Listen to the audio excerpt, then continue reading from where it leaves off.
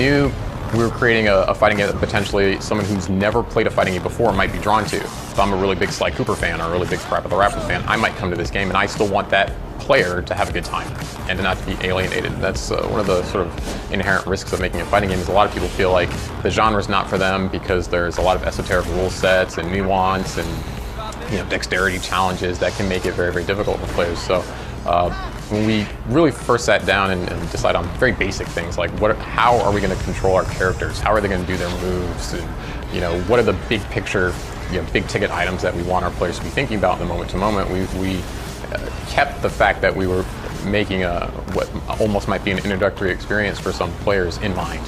We wanted to appeal to the widest possible audience and have representation from early generation as well as obviously new franchises that are coming out. And we wanted people to be able to have accessibility to this and not have 16 button combos, but still have a tremendous amount of depth. And obviously that's a tall order. But it was just really important for us that if a guy really dug Sly Cooper, we wanted him to be able to have fun with our game without having to go through this crazy dexterity challenge to get there. In this game, we have 20 main characters. So each character, you have to have very special care on them, and a lot of work goes into each character, and they spend a lot of time in development. It's like working on 20 different games at once, you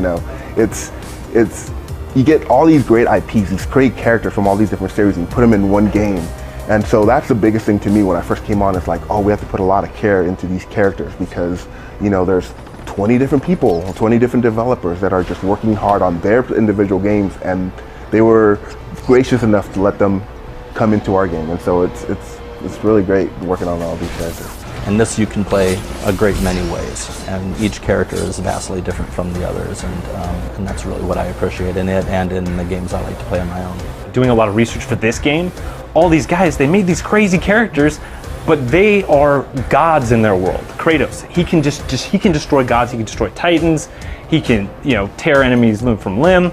In our game, we had to make him just as good as Fat Princess. Or make Fat Princess just as good as him. In her game, she's a flag. I mean, just having that perspective was very hard, and moving from a game where games where one character is very important. In a fighting game, all characters are equally important. Sometimes it depends on the developer. Sometimes we'll get to sit with them and say, hey, this is what we want to do with your character, and they'll have their ideas of what they want to do with the character. And it's like, it becomes a meeting of mind when our designers and their designers sit together and say, hey, let's work on this and let's do this, and we get it to a point where we're all happy with it, and then we move forward. Clearly on the level design side too, this is a game where I think levels play a part that's and a showcase that's different from a lot of other fighting games. If you're playing in Hades level, there's God of War music playing, and then as the mashup happens from the Patapon music back in the day.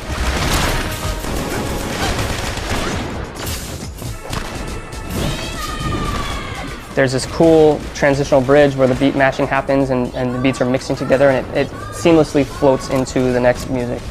And these things happening, it's been really, really cool amongst different IPs. I think the fans will be so stoked on the music in that game. I literally think you could put all the music together just from our levels and play it in our car ride, and it's great music. Our composer did a fantastic job, and it's mashing up one IP to the second IP. It's the first game I've worked on ever that I've loved playing this much. And I mean, I've worked on Guitar Hero and a couple other, Tony Hawk. I mean, some really big games that were a lot of fun. And this game is way more fun than those. I'm just excited to get this thing out the door and get people playing it, because we've been dying to get it in the hands of players.